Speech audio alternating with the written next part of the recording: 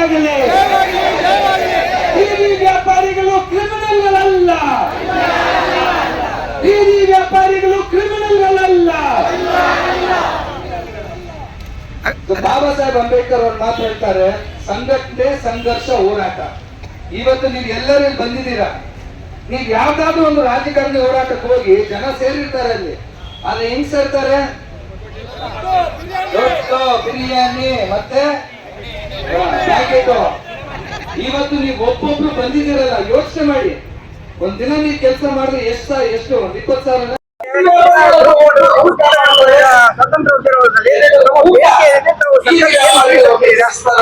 Sir, ಖಂಡಿತವಾಗಿ ಇವಾಗ ಏನಿದೆ ಸುಮಾರಷ್ಟು ನೀವು ನೋಡಿರ್ಬೋದು. ಕಾನೂನು ಇದ್ದು, ಬೀದಿ ವ್ಯಾಪಾರಿಗಳ ಕಾನೂನು ಅಂತ ಇದ್ದು ಮೊದಲೆಲ್ಲ ಪಾಲಿಸಿ ಇತ್ತು. ಅವಾಗ ಏನಾಗುತ್ತೆ, ಮಾಡ್ತಾ ಇದ್ರು, ಹೋಗಿ ಕೇಳಿದ್ರೆ ಇದು ಪಾಲಿಸಿ ನಾವು ಬೇಕಾದ್ರೆ ಲಾಗು ಮಾಡಬಹುದು ಅಂತ ಹೇಳಿದ್ರು. ಕಾನೂನು ಇದ್ದು ಸಹ ಇವತ್ತಿಗೂ ಒತ್ತಂಗಡಿಗಳು ನಡೀತಾ ಇದಾವೆ.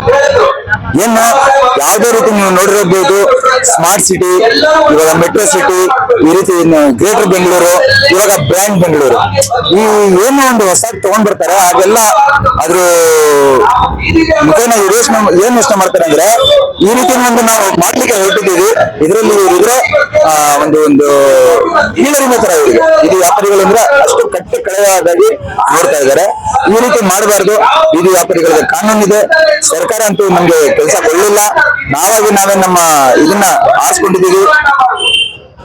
ಅದನ್ನ ನೋಡಿ ಇವರು ಕಾನೂನು ಏನಿದೆ ಅದನ್ನ ಇದ್ ಮಾಡ್ಕೊಂಡು 10 ಕೋಟಿ ರೂಪಾಯಿ ನಮ್ಗೋಸ್ಕರ, ನಮ್ಮ ಕಲ್ಯಾಣಕ್ಕೋಸ್ಕರ ಸರ್ಕಾರ ಒಂದು ಏನ್ ಇದ್ ಮಾಡಿದೆ, ಅದ್ರ ನಿಟ್ಟಿನಲ್ಲಿ ಅದನ್ನ ಯೂಸ್ ಮಾಡ್ಕೊಂಡು ನಮ್ಗೆ ಕಲ್ಯಾಣ ರೀತಿಯಲ್ಲಿನೇ ಕೆಲಸ ಮಾಡ್ಕೊಂಡು ಹೋಗ್ಬೇಕು.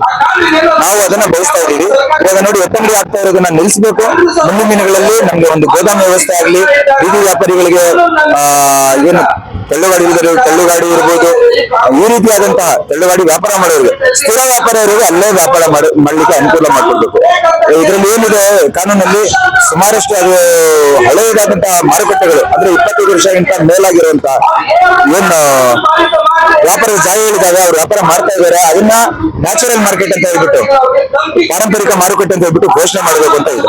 ಇವಾಗ ನೋಡಿರೋದು ನೀವು ಶಿವಾಜಿನಗರ ಸುಮಾರು 50 ವರ್ಷದ ಮೇಲೆ ಇತಿಹಾಸ ಇದೆ.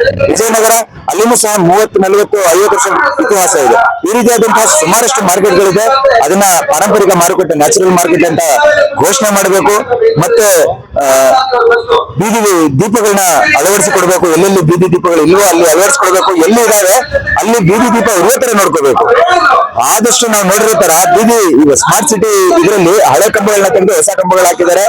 ಆದ್ರೆ ಅಲ್ಲಿ ಲೈಟಿಂಗ್ಸ್ ಇರೋದಿಲ್ಲ, ಬೀದಿ ವ್ಯಾಪಾರ ಮಾಡ್ಲಿಕ್ಕೆ ಅನುಕೂಲ ಇರೋದಿಲ್ಲ. ಸಾಯಂಕಾಲ ಆದ್ಮೇಲೆ ಕತ್ಲೆ, ಇದೊಂದು ವ್ಯವಸ್ಥೆ ಮಾಡ್ಕೊಡ್ಬೇಕು. ಸೂರ್ಯನ ಏನಿದೆ ದಿನ ಹೆಚ್ಚಾಗ್ತಾ ಇದೆ, ತಾಪಮಾನ ಹೆಚ್ಚಾಗ್ತಾ ಇದೆ. ಅದಕ್ಕೋಸ್ಕರ ಒಂದು ಛತ್ರಿ ವ್ಯವಸ್ಥೆ ಆಗ್ಲಿ, ಟಾರ್ಪಲ್ ವ್ಯವಸ್ಥೆ ಆಗ್ಲಿ ಇದನ್ನ ಮಾಡ್ಕೊಡ್ಬೇಕು.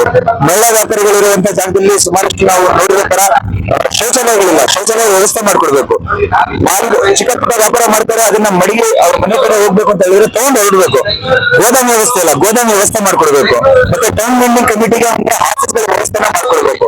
ಈ ನಿಟ್ಟಿನಲ್ಲಿ ಮಾಡುವಂತ ಕೆಲಸ ಸುಮಾರಷ್ಟು ಸರ್ಕಾರ ಅದನ್ನ ಮಾಡ್ಬೇಕು. ಅದನ್ನ ಬಿಟ್ಬಿಟ್ಟು ಬೇರೆ ಯಾವುದೇ ರೀತಿ ಒಪ್ಪಂದ ವಿಷಯಗಳಾಗ್ಲಿ ಇದನ್ನ ಮಾತಾಡಬಾರ್ದು ಅಂತ ಹೇಳ್ಬಿಟ್ಟು ನಾವು ಈ ಸಮಯದಲ್ಲಿ ಹೇಳ್ತಾ, ನಾವೊಂದು ಹೋರಾಟ ಇದೆ, ಇದೊಂದು ಮಟ್ಟದಲ್ಲಿ ನಾವು ನಡೀತಾ ಇದೆ. ಮುಂದಿನ ದಿನಗಳಲ್ಲಿ ಮಾಡುವಂತ ಕೆಲಸನ ಸರ್ಕಾರ ಮಾಡದೆ ಇರುವಂತಹ ಕೆಲಸನ ಮುಂದುವರಿಸಿಕೊಂಡು ಹೋದ್ರೆ ದೊಡ್ಡ ಮಟ್ಟದಲ್ಲಿ ಹೋರಾಟ ಮಾಡಬೇಕಾಗುತ್ತೆ ಅಂತ ಈ ಮಾತು.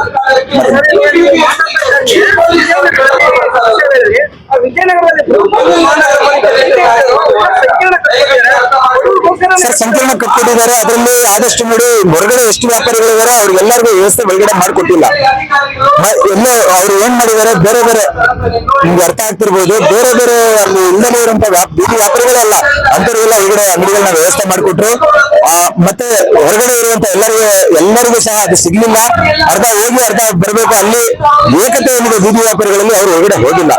ಏನ್ ಸುಮಾರು ಜನ ಆದಷ್ಟು ಒಂದು ಕೆಲವರು ಒಳಗಡೆ ಹೋದ್ರು, ಸ್ವಲ್ಪ ದಿನ ನೋಡಿದ್ರೆ ಅಲ್ಲಿ ಒಳಗಡೆ ವ್ಯಾಪಾರ ನಡೀಲಿಲ್ಲ, ಅವರು ವಾಪಸ್ ಬರೋ ರೀತಿ ಆಯ್ತು. ಇದೇ ರೀತಿ ಏನು ನಗರದ ಹೊರಗಡೆ ಎಲ್ಲ ನಾವು ವ್ಯಾಪಾರ ಮಾಡ್ಲಿಕ್ಕೆ ಅವಕಾಶ ಮಾಡ್ಕೊಡ್ತೀವಿ ಅಂತ ಹೇಳ್ತಾರೆ ಸರ್ಕಾರ. ಅಲ್ಲಿ ವ್ಯಾಪಾರ ಮಾಡ್ಲಿಕ್ಕೆ ಅವರು ಕುತ್ಕೊಂಡ್ರು ಅಲ್ಲಿ ವ್ಯಾಪಾರ ಆಗ್ಲಿಲ್ಲ ಅಂದ್ರೆ ಮತ್ತೆ ವ್ಯಾಪಾರಿಗಳು ಎದ್ದು ಬರ್ತಾರೆ. ಅದಕ್ಕೋಸ್ಕರ ನೋಡಿ, ಒಂದು ಸುವ್ಯವಸ್ಥಿತವಾಗಿ ಎಲ್ಲಿ ವ್ಯಾಪಾರ ಮಾಡ್ತಾ ಇದ್ದಾರೆ ಅಲ್ಲೇ ಅವಕಾಶ ಮಾಡ್ಕೊಡ್ಬೇಕು ಅಂತ ಈ ಮಾತು.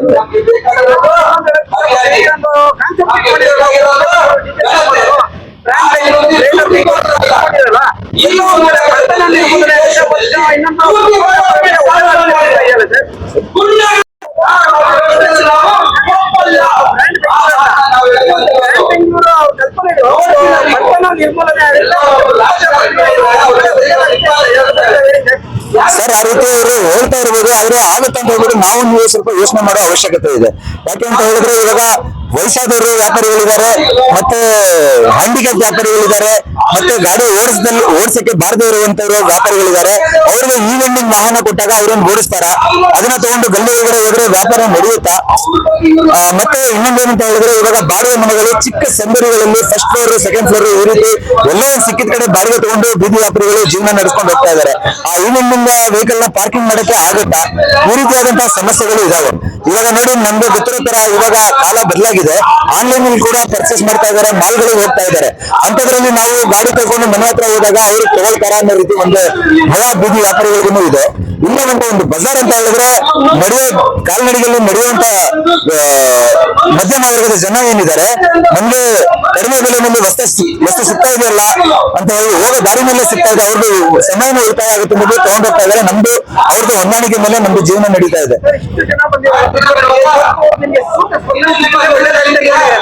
ಸರ್ ಇವತ್ತು ಬಂದಿರೋದು ಇದರಲ್ಲಿ ಶೇಕಡವಾರು ಮಾತ್ರ ಬಂದಿದ್ದಾರೆ ಸರ್, ಸಹಸ್ರಾರು ಸಂಖ್ಯೆಯಲ್ಲಿ.